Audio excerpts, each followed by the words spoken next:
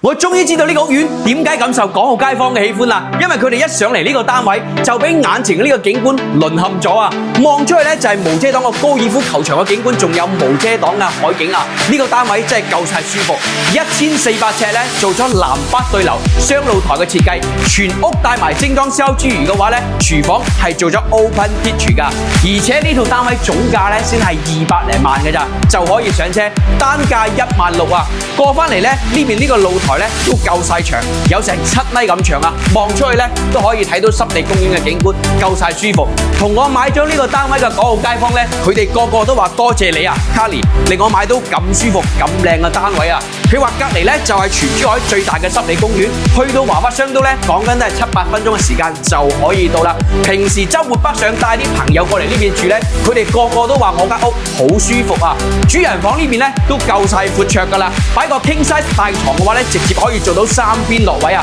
總價200零萬，單價16000咧，仲帶埋精裝修，就可以上車呢套咁靚景觀嘅精裝4房啊！如果你都想北上嘆世界嘅話咧，下方留言啦，我俾詳細資料你睇睇。